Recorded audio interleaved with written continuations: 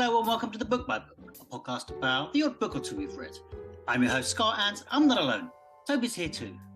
This episode, we're talking about the first in Stephen King's novella collection, If It Bleeds, and it's called Mr. Harrigan's Phone. Going to be a pretty mid-level spoiler warning, so if that's okay with you, continue on and I'll see you on the other side. So Scott, you come to us at an early time of the day in your side. So you've been doing this whole get up at 5 like a marine, live like a marine, exist like a marine, do things first thing in the morning before everyone else is up, and live life to the better. How's that going for you? So I've been reading Robin Sharma's The 5 a.m. Club. Yes. I've only just started. I'm literally about 10 pages in, but the gist is you get up at 5 a.m. to get your stuff done. I haven't been doing it at all. It was just coincidental. I think I was just awake at 4:30. I get quite disrupted sleeping patterns anyway sometimes. And I was just awake at 4:30. And if you ever get it where it's like, I want to go on my phone, but I should try and get to sleep because it's ludicrously early. Yes. But then half hour passes, you think, well, I might as well have been on my phone because I've woken up and I don't feel like I'm going to get back to sleep. And then I basically just thought I'm just going to get up. It was about quarter past 5 at that time. Right. Or I'd been awake since like 4:30.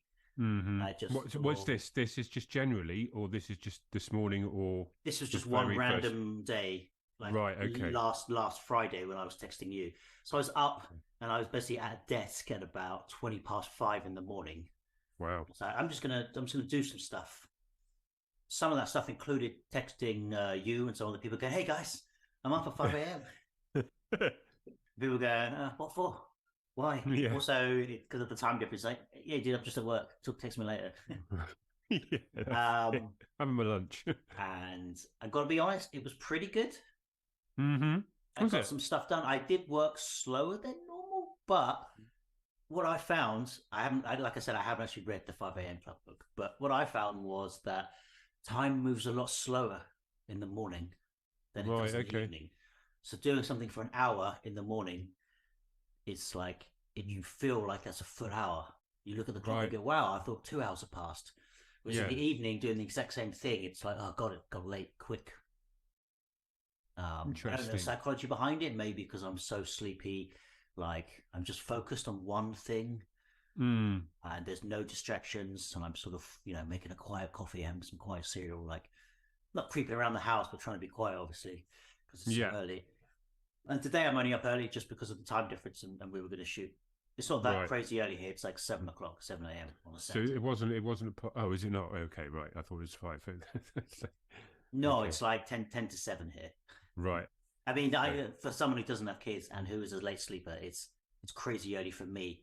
I was actually on the phone with a friend last night, and I was telling him about the 5 a.m. Club, and he's just had a kid. He's like 6-7 months into a newborn baby, and he's like, "What's special about it? You get up at 5 a.m. It's nothing." No.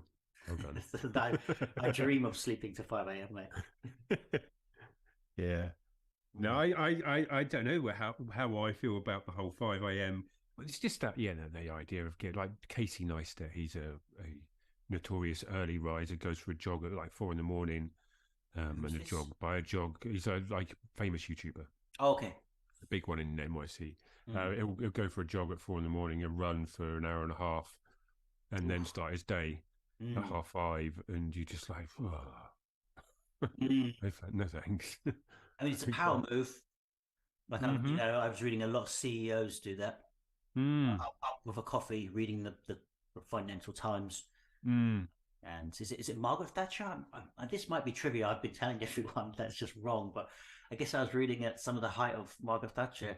She would just like sleep an hour every 5 or 6 hours. Oh wow! And just go right through, like no 8 hours sleeping, just hard napping, as it were, I suppose. Yeah, that's horrible because obviously, like you just feel like it's one long day. Mm-hmm. But like you text me also about 5 a.m. Club is just like you gain the morning but lose the afternoon. Come 9 o'clock when I was logging in for work, I suddenly felt shattered. It was daunting to think, oh crap, now I have to do work. Yeah. And it was fine, but come 6 o'clock, I was out like a light for like an hour. And then I woke up and I was just hazy for another hour, 45 minutes. And then I was Right. fine. But it's that thing of like, you know, if it's a lifestyle you've signed on for, I guess it's okay. But I have a partner. So to do the 5 a.m. Yes. club regularly is to say, I've got to go to bed at about 8 o'clock, maybe every day. See, that's the very essence of why I think it would suck as an idea. All the best TV shows are on in the evening, although terrestrial TV has changed that. But you're not. The point of the 5 a.m. club is to get up and do something proactive with your life. Well, yeah, I'm assuming, not get up and stick the stuff on you would watch in the evening no, in the yeah. morning. So, like, part of what I get out of enjoying being alive is was able to watch and read stories that others have come up with. Like that form of entertainment is a highlight of my day. Sometimes, if they're good, obviously.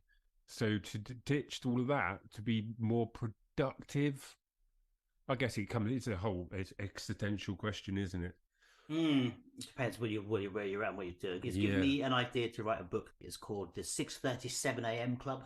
In which it's different to what you're expecting. What you do is get up about 6:37, which is a bit less ludicrous to do a few things. And it's all about managing that first hour and a half. What do you think? Okay, that could work. I could see some legs in that one. No, but I don't know. I can't join it, can I? Like the occasional, it has given me a bit of a drive to when I wake up, get up. It's not too crazy because I'm a big rollover and go back to bed. Right. And work from home has only infused that. Like I can get up. Yeah, I can imagine that was hard. 5 minutes to 9. Yeah. On an average weekday when I'm working from home. And it's winter here in Canada. And it's actually been quite mild. But like yesterday, I was reminded about what a proper winter is here. Like it's like a whip on your face. It's just like that. When the wind blows and it's sub 10, 15, 20, maybe 30 in the middle of the night, it's like it's not comfortable to be out at all. And it just encourages you to be in. And I get like guilt feelings in summer about not being proactive enough because it's like that thing of like my dad's always said, "Oh, it's a sunny day, son. Why are you in? Get out there." Yeah. Whereas winter just encourages me to get into my pajamas and get under a duvet and watch TV. Yeah.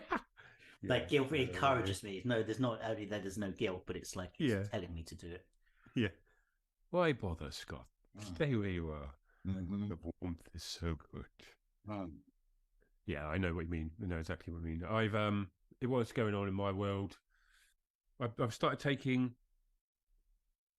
I'll try and pronounce this: Panax, ginseng, ink go, and blueberry extracts. Is that 5 different things, or is that the one name of one? I think it's 5 different things in one food supplement. Oh, ginseng! High strength. I know. Yeah, my mum used to eat ginseng when I was really young to help me concentrate for exams. That's what this is supposed to do. Okay. This is meant to be a sort of and make you concentrate, give you clarity and drive and direction, and just balance the interior workings of your body out a bit. I just recommend it to me from a nurse friend, so I was like, okay, I'll give it a go. Oh, okay. I was going to ask if there's an existential reason you feel like you want to get more focused. No, just I was talking to her about the fact that I find with YouTube and like Instagram and things like that, the shorts have destroyed my ability to want to sit down and watch a long film. Like an hour and a half's worth of film feels like an investment now, and it never used to. And I think it's because I'm so used to getting that dopamine hit that you get from the YouTube shorts, the TikToks, all of those sorts of things, that it's destroying my ability to sit still and focus on something for any elongated amount of time. So I'm trying to curb my YouTube hits in the morning, shorts, reels, whatever they all are now called. Because I deleted TikTok when that first came out. I got it for like a couple of months. I was like, this is amazing. This is great. This is eating all of the time that I have myself. I need to stop this, get rid of it. So I did, and then YouTube were like, oh, TikTok's doing really well. Let's put this on here. And then Instagram were like, oh, YouTube's doing really well. Let's put this on here. And I'm like, damn it. So yeah, I've kind of found myself getting stuck into that life cycle again, and I just don't want to. I want to watch the films. I want to do that. I definitely feel you. One of my New Year's resolutions was to only watch films with commitment or not bother. Yeah, like put the phone down, and just sort of focus on the film. It's a struggle. Yeah. Do you think it's because it's like I could like it? I do think what you said is absolutely true, but I do think it sort of started with Netflix is like smack in the face of here's everything everywhere all at once. Yeah. Like this is okay, but am I missing out on something that could be better? I'm going to keep searching for that perfect program or film. Or the perfect girl on a Tinder site or a Bumble site or a site. It's an epidemic? I think that's the right word for it all. Because I was reading, I wrote it down. It's too early in the morning to go get my notes. But it was, I was listening to the podcast, The One You Feed. Right. It's like based on that old proverb of like, there's two wolves. Yes. The good wolf and the bad wolf. Which one wins? The one that you feed. But, one of them was talking about phones and that exactly what you're talking about, that dopamine. And he was saying, like, the problem is with it is that it's like a very odd plateau of, like, when you're on your phone, it's just the possibility that something is going to happen. Even if it's not, and even if it doesn't, when you're on your phone, it's like, oh, something interesting is going to happen if I just search long enough or stay on it long enough. And it's a very low high that we're addicted to. Yeah, it's basically an extension of the gambling machines, isn't it? But without any big wins. The next spin will be the one that wins. Because I guess I'm lucky. You were saying like your phone addiction hits you in the morning. Yep. I'm lucky. Mine is always at night. Right. And I do hit those shorts, but I can sort of. You know what? No, I'm addicted to yours. Sometimes it can go on for flipping ages because it's just horrible. It's just a swipe. Yeah. And I try and just watch the video. Like I have a few like film or book bloggers or people I really enjoy. So I go to them because that's like some of them I feel this is my argument to my partner, which she says you're on YouTube. It's like no, but it's like I'm watching a little documentary. Like I'm watching someone's review, which thought out. I'm watching stuff I enjoy, not looking for something to enjoy, like the TikTok thing is. So it is that. It's a case of somebody just almost, you're consuming media through a format that you enjoy getting it from. A bit like Mr. Harrigan in Mr. Harrigan's phone. Boom! We had to tie it. But it hey, listeners, we're not just rambling at 7 a.m. We're rambling about something at 7 a.m. Yeah, we were heading somewhere. You see that subtle segue. Thank you very much. If it bleeds, when did If It Bleeds come out to? First published April 21st, 2020. A collection of 4 short stories by Stephen King. And we're going to talk about the first one, which is Mr. Harrigan's Phone. Can I just say, I feel like I'm always writing on the Illustrator.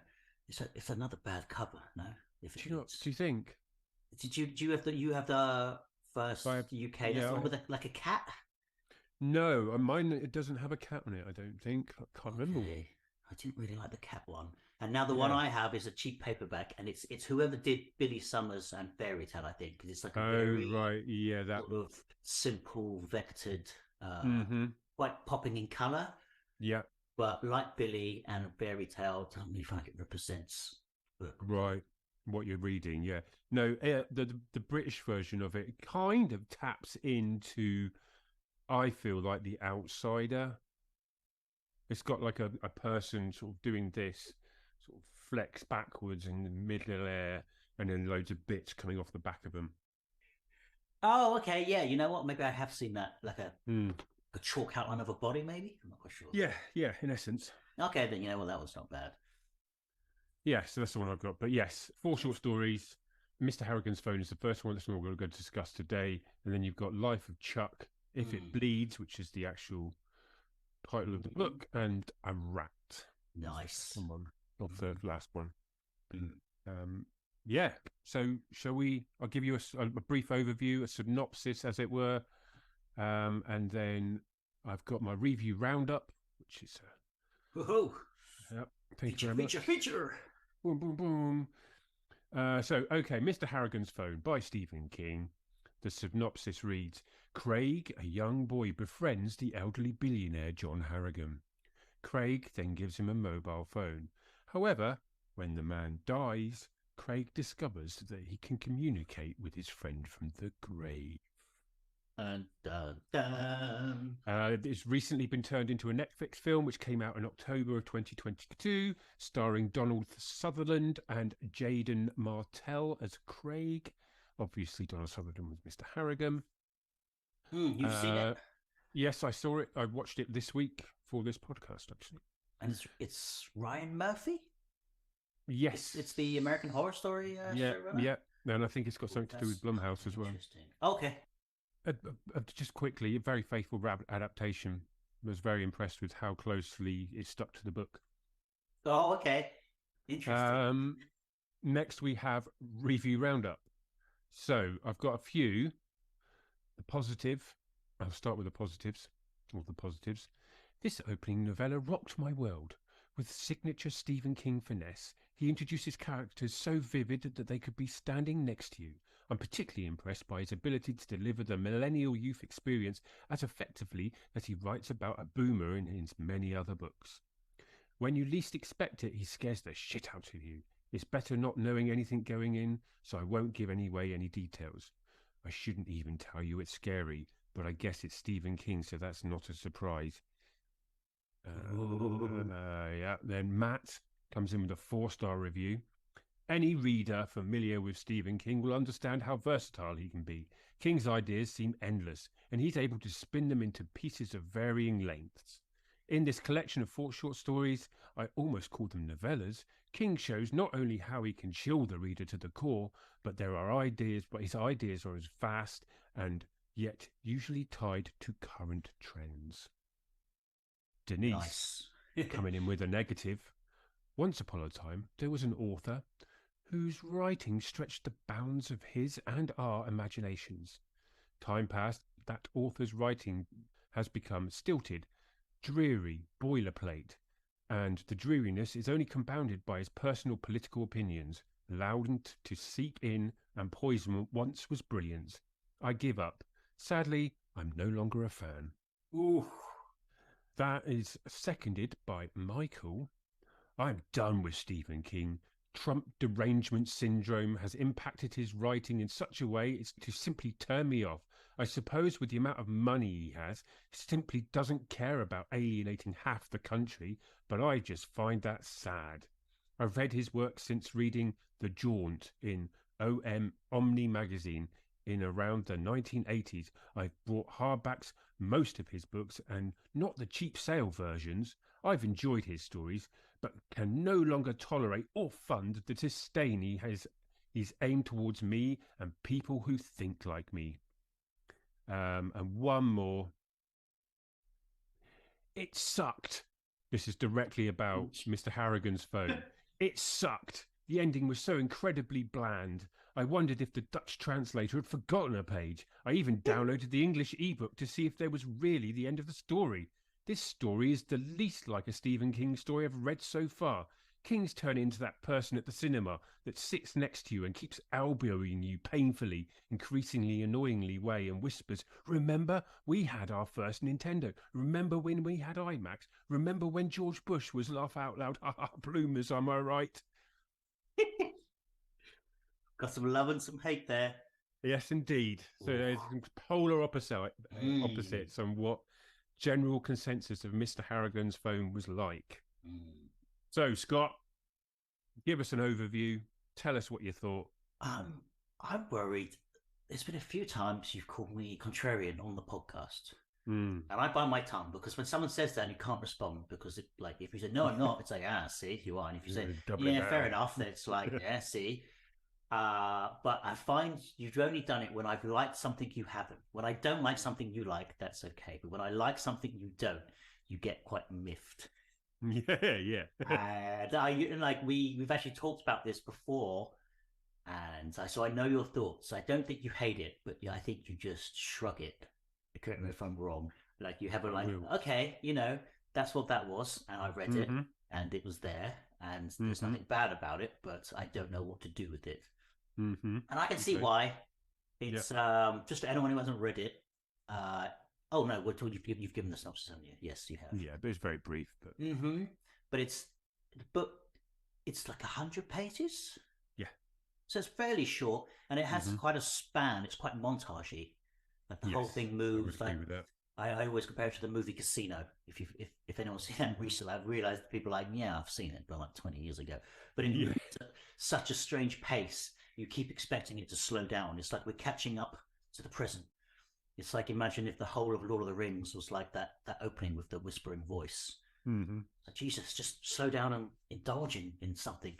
Like, just stop and have a scene rather than catching me up. And this book kind of had that feel to an extent. Yeah, towards the end, I'd agree with that. So it definitely had its flaws, but I kind of enjoyed it for what it is.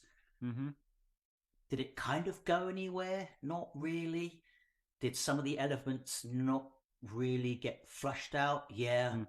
But I think I've said before, I'm a huge fan of John Irving. Right. And I find their styles just quite similar. Nothing in content. Don't go, oh, someone said, like, if you like King, read Irving. And it's like, this guy doesn't do horror. He does, like, sort of very modern, like, drama relationship comedies. Right, okay. I guess the Cider House Rules is probably his most famous one. I've heard of that. But, when King is at the beginning of a lot of his novels and it's just a slice of life, like a drama. Dolores Claiborne, the first chunk of Fairy Tale, this one, the first chunk of Christine. I could probably just go on for ages. I did think that the beginning, the setup between this and Fairy Tale have an awful lot of similarities. Yeah, having read Fairy Tale and just the setup, just the father, the mourning relationship of the mother being lost, that kind of old guy up the road. But it definitely feels like he wrote this and this, like he didn't quite niggle his itch and it made its way into Fairy Tale. Yes, yeah. So I kind of enjoyed this story. I just like the feel of it. The characters, like that reviewer said, the characters are pretty fleshed out. Yes, I'd agree. In that sort of strange blank vignette where you like them and you can't put your finger on why. You don't really get to know them that well, but there's something about his writing that just makes them very vivid nonetheless. So I kind of enjoyed reading it. It's almost like the supernatural side could have been written out and it just could have been a mini coming of age story. But saying that, the supernatural side I didn't hate. Very Twilight Zone-ish, but then didn't really go anywhere or come anything off it. Yeah, there's somebody says in one of the little bit of excerpt that I cut off of the reviews that it's been done before in a Twilight Zone episode or something very similar to a Twilight Zone episode. But I would agree with you. It kind of, like you say, it kind of washes over you. The narrative is just tells you a tale, and it has a few. No, I never ever would say it was scary. Kind of like if you want to call it a horror, I would say it would scare Lana, who's 12. If you watch it, that's when it's scary. For a 12-year-old, maybe even younger. That's like, it's a good introduction to horror, as it were, rather than, because there's no visible gore anywhere, really.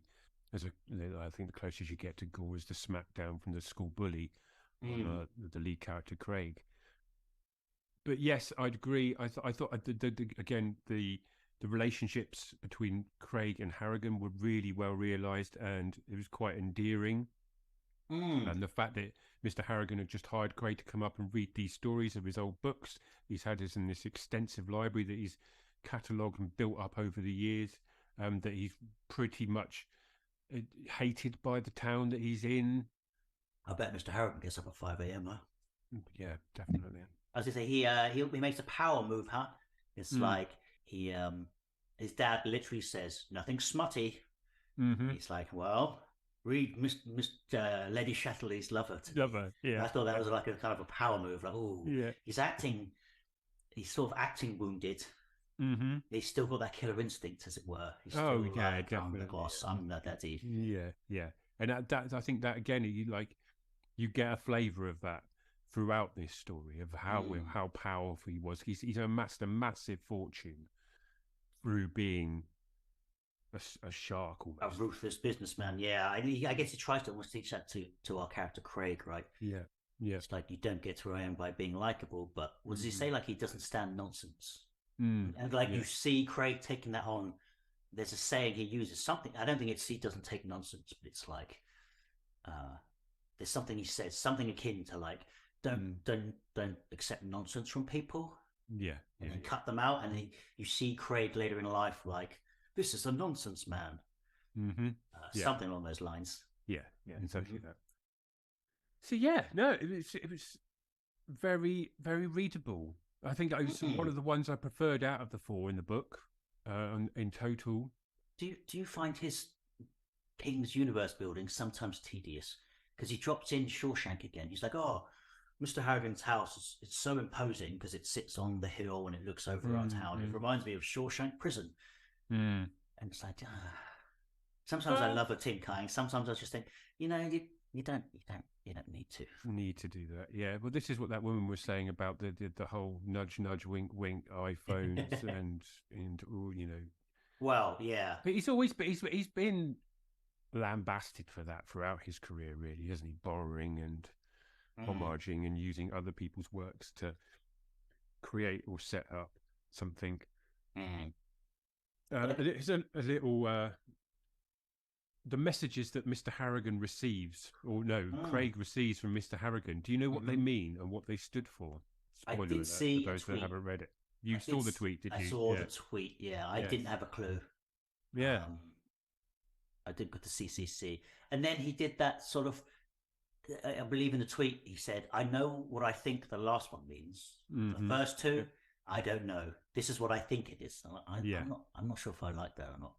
I think it makes sense though. The CCC is Craig, Craig, Craig, obviously, and then Kiss for the first one, which is Love But from did he Mr. say Harrigan. Craig, Craig, Craig? No, sorry. But what I say when I don't like that is when an author like, for him, if he said, "I know exactly what it means, but I'm not going to tell you," wink. Mm, But when he says, "Oh, I don't know what it means," it's like, oh, so it's meaningless. right, yeah. I Well, don't know how I I feel guess it about taps that. into the way that he writes, doesn't it? Because he says he lets the characters lead the way. Yeah, but And it comes back if the to characters are if as a writer his characters are completely and utterly real to him mm, and not of his creation and such, he's being led by them, then the messages would literally have come from this character that he's writing about, not writing. mm. If you know what I mean, does that I make sense? do, but it sort of reminds me of the Colorado kid at the end when Mm-hmm. Stephen King said, "I don't know, like, you set this mystery. Tell me that there's a solution to this, even though you're going to never tell anyone, even if it's as Yeah. wacky as like you fell through a time portal and teleported. Tell me you have something." And he's like, "No, I don't." I'm like, "For fuck's sake, then why am I trying to figure it out? Because it's like it's me giving you a riddle that's just gibberish, and you go, okay, I think." Yeah. And not me saying, "Oh, I'll never give you the answer till you figure it out." Even if you guess it right, I won't tell you. It's me Mm. literally saying, "No, there isn't an answer. I made it up. Make up your own answer." It's like, no, because I could have done that. I didn't need to. I didn't need to read a mystery. I could have literally made up Yeah. something in my head. I'm Yeah. not quite a fan of that. I don't know. But I also, don't know where I stand with that he one. I seemed quite quite like it. adamant that what he said was right. Yeah. I Yeah. don't Well, know so that have your cake and eat it. Like I don't want to tell everyone the answer. I want to leave them a mystery, but I also can't help it, and I have to tell everyone what the answer is. yeah. Yeah. He says the second one is CCCAA, which is it hurts, as in ah, and CCCST, Craig, stop. Almost everyone's agrees. I do too.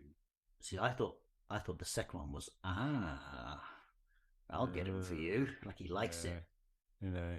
I'm trying to think of Yeah. something witty for the last one, like, but it's too early for me. yeah. Yeah. So yeah, I quite enjoyed this little short story. Do you think there's like a sort of satire, like they came about from like an odd joke of like, oh, once you get a phone, trust me, you'll be getting You text. can't put Like it down. you'll literally be on your Yeah, deathbed texting. yeah. The last thing Um, you'll really see is the screen did of you the think it phone. worked? As a movie, I was just about to get to this. Oh, I just meant as like like he had the idea, but it doesn't Hmm. really tie into the time zone or how it works. Because at one point he even says like, what, like he basically skips out the importance of the internet on home computers Mm-hmm.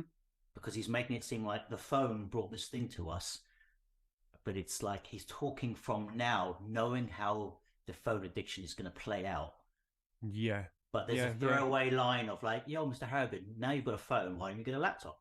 And I think he says like, "Oh, it's like you've given me weed and I like it, and now you're saying take the mainline heroin." Yeah. And it's like you sort of got it the other way around. The laptop is probably the weed. Home internet is probably the weed. The phone is Mm, the heroin. And mm, something just doesn't quite work if I think about it too deeply about what like his commentary on the phone mm-hmm. use in this time period. Like I do Yeah. like it's literally set around like the premiere of the iPhone, Mm-hmm. which is cool. Um, it's hard I to kind of imagine missed that. Craig knowing the power of that first iPhone personally, because it Yeah. sort of So feels like someone that young would have overlooked it. It was like a so toy for adults when it first came yeah, out. for me, that's exactly it. That's the bit in the film, the Netflix adaptation that doesn't quite work for me is the speed at which the iPhone, the very first iPhone, arrives on the scene, and suddenly every kid in school that Craig goes Mm, to is sat around doing what kids now do. And I don't feel that took off as quickly because they didn't have the things to do as we do now, like the mm-hmm. TikToks, the YouTubes, the Yeah, Angry all of Birds. that stuff didn't really exist when the first iPhone came out. You had the Messenger, but and maybe I'm wrong. Maybe in America it was very different. Maybe it took off Mm. quicker in America than it did here. Maybe because I didn't have a smartphone, I definitely didn't have an iPhone one. That I never really experienced that side of things, and I didn't have many friends, so nobody ever really texted me. I'm texting dead people. So dead. No, no, no, 776 cycle two. If you want to text me.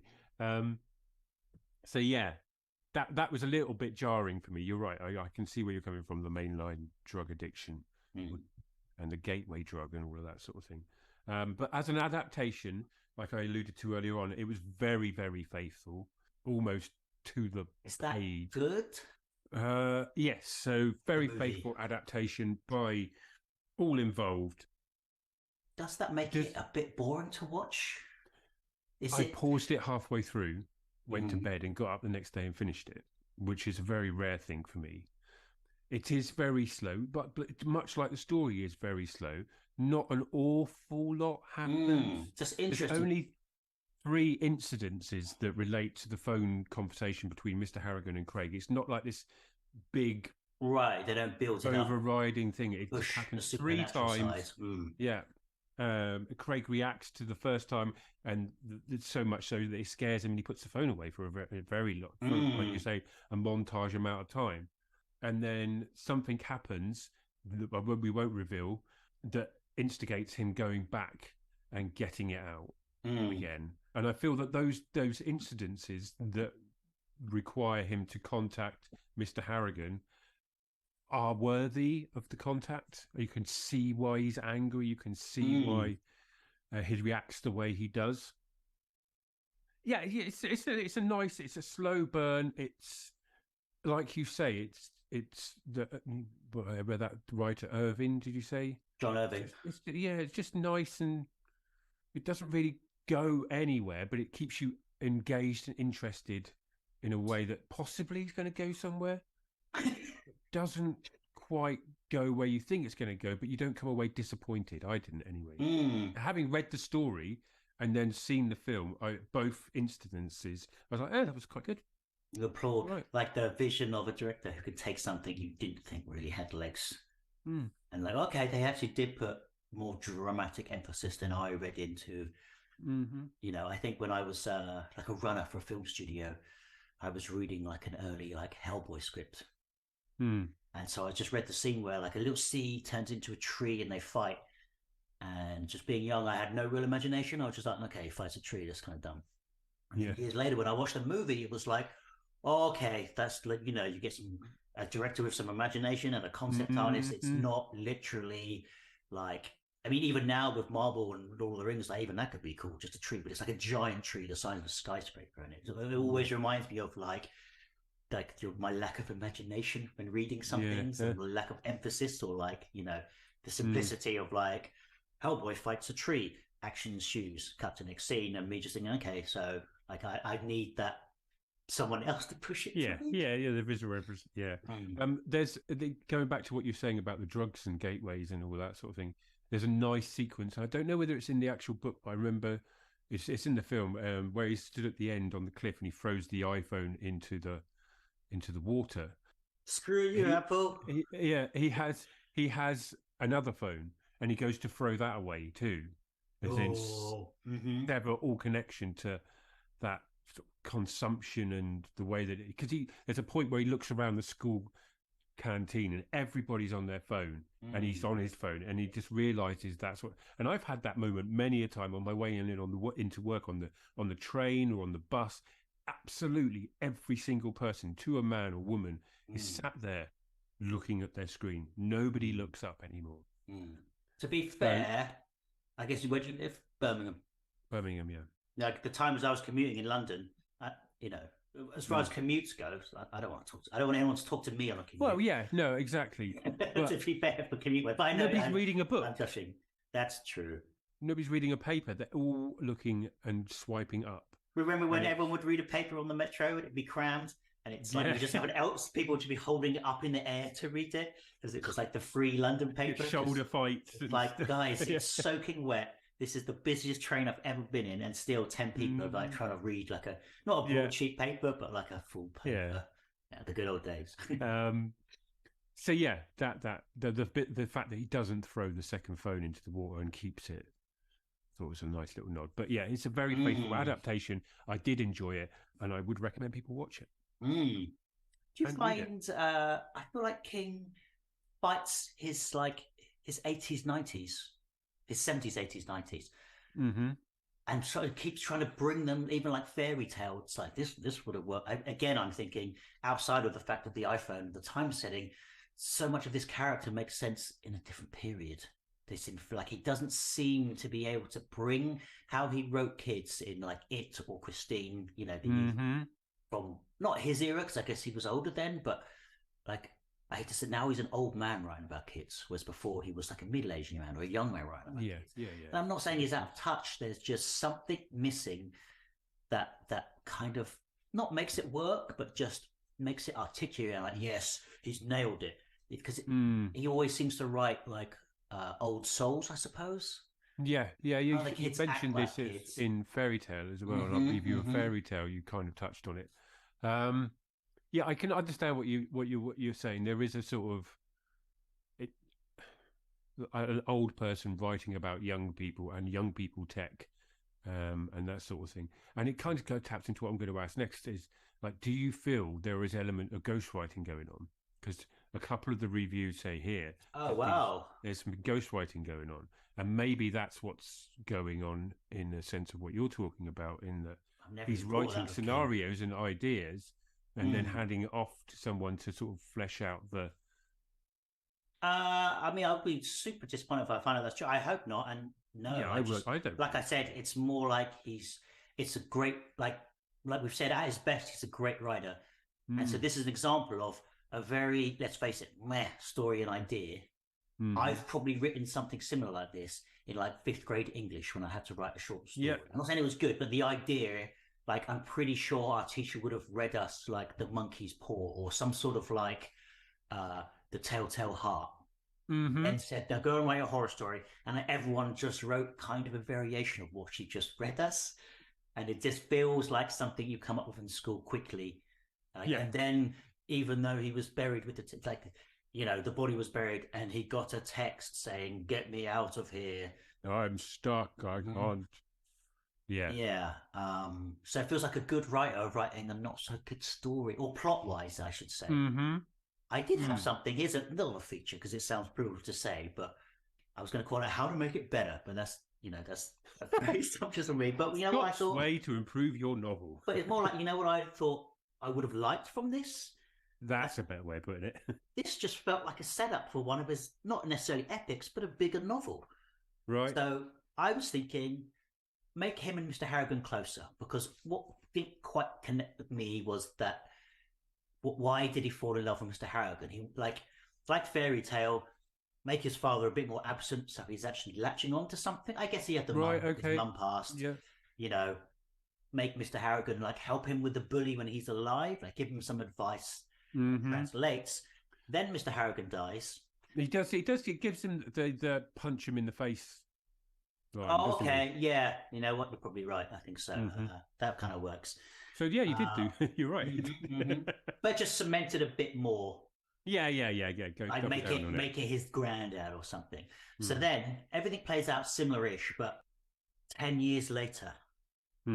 What's he doing when he's older with the money? Did he become in the stock market, but he wants to be a writer, or did he become a failed writer? And it's like, damn, I should have taken stock. And then maybe in adult life, we never quite know if the texting is real, or it's in his head and it's coincidental, or like the secret garden, secret window, he's like gone mental, and he's like going around killing people, and he thinks it's this apparition on the phone. And you know, like he's in his adult life. Yeah. Maybe he has the shine, and or maybe remember in Doctor Sleep when Mr. Harrigan pops out of the body and he's like, "Yo, this is hard trying to speak to you from the afterlife." Maybe he's texting. He thinks he's texting Mr. Harrigan. He's actually texting, not the chef from The Shining, but you know, Randall Flagg. Right. I think you tap on something there. The whole idea of the phone being an addiction, maybe the texting a dead person and reacting to what a dead person's replying, and that becomes the addiction that then leads to a greater novel. Think about how a lot of his old novels started, like The Dead Zone and The Dark Half. This kind of felt like an intro to, this character's becoming like, I don't know, maybe it turns he died and Mr. Harrigan's fine, and it's like he never gets to leave his little town, and there was like a giant gas leak that killed half the town, and Mr. Harrigan is just horrifically actually alive, getting texts from all the town saying, help me. He's like, fucking stop it, please stop. But then texting me. Okay, that's the twist that's been done, but that's kind of what I thought, like, because this didn't really give me the bite. I mean, it comes down to like, do you like short stories? I suppose like we always go for the longer ones because the short story is less nourishing, even satisfying. And that's all I have on that. Like what I might have liked, you know. Yeah. No, that's cool.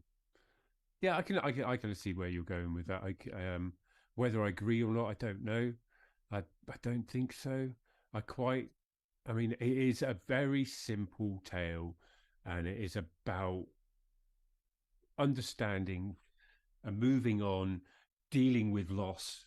And a coping mechanism. I mean, do you think the texts are real? Is there any chance that definitely mental? Okay, so there's no ambiguity.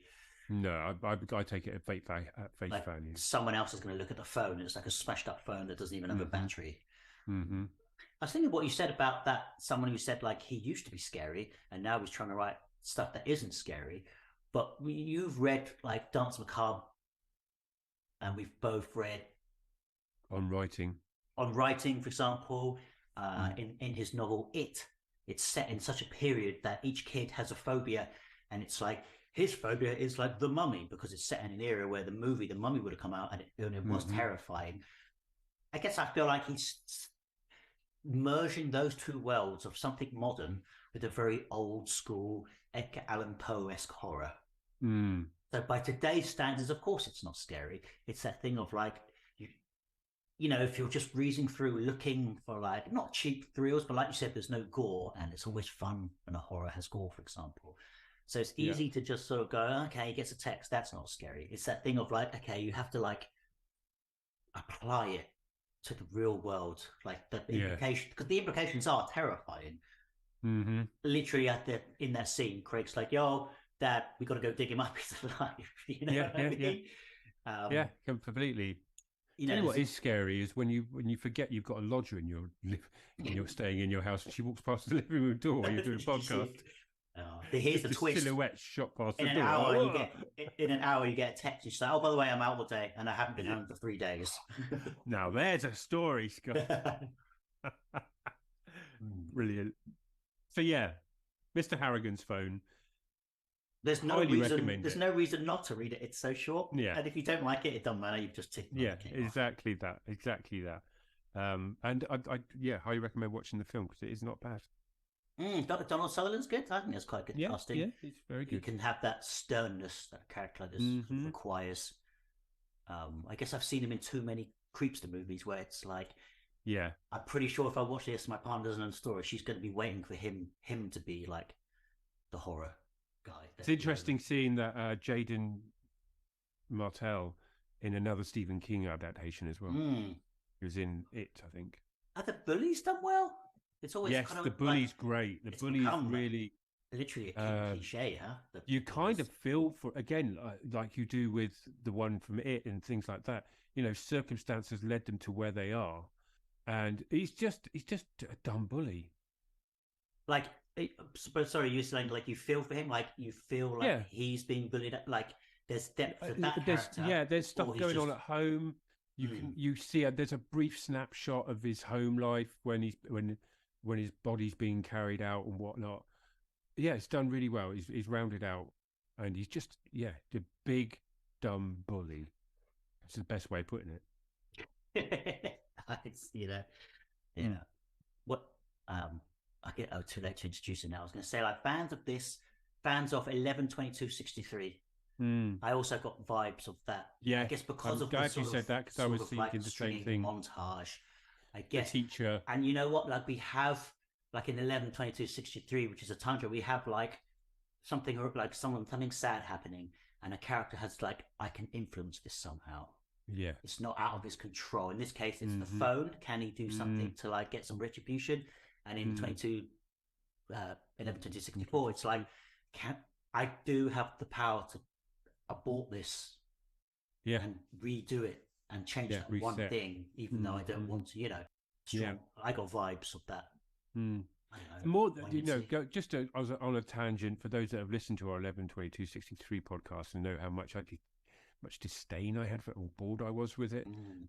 The more I talk about it and the more I think about it and the more time that passes from reading it, the more I start to enjoy it. That's cool. I've had that a few times. Like when we did The Shining, I think I did really like it first. That because what we did talk about was you saw the TV show before you read it, and it's a big book to know everything that's coming, and there's a lot of gaps between everything that's coming. Of just like this, the stuff that I enjoyed was just the quiet life, just getting on with life quietly, and basically, what equivalates in that book is a 400-page romance before, which is exactly the bits that I reflect back on now and think actually that was really quite good. That relationship between the two central characters was warm. And there was a lot of love in there, and I think that's his best written book post millennium. Okay, and I don't think like it has like that romance was so strong for me. Like it has some of his strongest writing in what feels like a really long time, and it's flawed. Let's you know what. If you want more, go back and listen to that. Let's not get into that again. Michelle unfortunately disagrees with you, and she thinks that was the start of the demise of Stephen King. But wow, okay. Well, I guess I want to know what she thinks of, for example, like The Dead Zone, as the 11/22/64 has. Not echoes, not even tonally, just like it's like a soul sister in ideas. Sorry, Denise, not Michelle. That's Michael. I read it wrong. Yeah, Denise thinks that. So Denise, if you're listening, get in contact. Tell us what you thought of The Dead Zone. I found your review on Goodreads. So if you're that Denise, get in contact. Man, how very well dare you? Yeah, brilliant.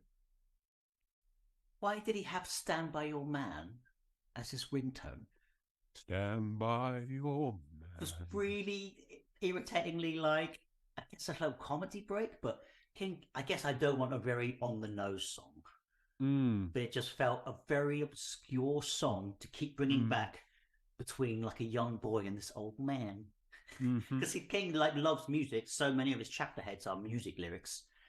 And this felt a bit plucked out of the air for its irrelevance because it's such a random left field, like because it has no connection. But it was weird for me. It is weird. I don't know. It works in the film. There's a really good bit where it's like one of the only jump scares in the film when it kicks in. So they do that thing where it's like on an old vinyl where the power's going and the strings are sort of detuning as it goes. Very nice. But yeah, I don't know. I can't give you a reason. Also, I've asked you. We're about to wrap up. Before you go, is it okay? Have a mull on that one. Let us know, listener, what you thought of Mr. Harrigan's Phone, book or movie. Yep. And join us next time for, I believe, The Life of Chuck. Which, spoiler alert, I don't know how I feel about it. Well, you've already given away that you feel like Mr. Harrigan's Phone is the best of the four.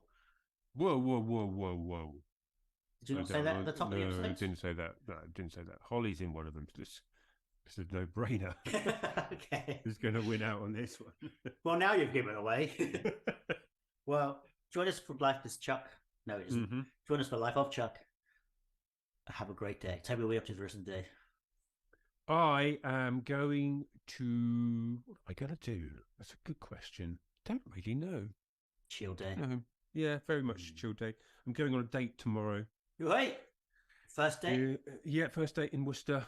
Going to travel down to Worcester and see this lady. She seems really nice. Don't really know much about her, which is good because it'd be a nice surprise to have lots to talk about. Just going to go for a coffee and build from there. See what happens.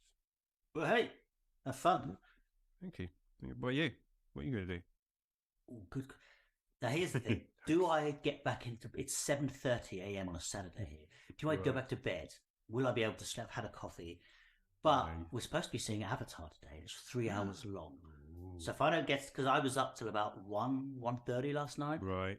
So this is going to catch up with me at some point. Mm-hmm. Do I try and get to sleep? Do I get up and be productive now? Yes. Oh, I wasn't. That's not...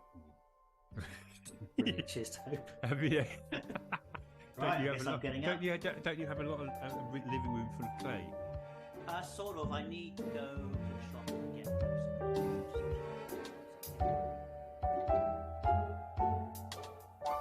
Hey, I'm going to wrap it up around there. I want to thank you for listening and I hope you enjoyed. Join us again next episode, and until then, support your local bookstores and have a great day.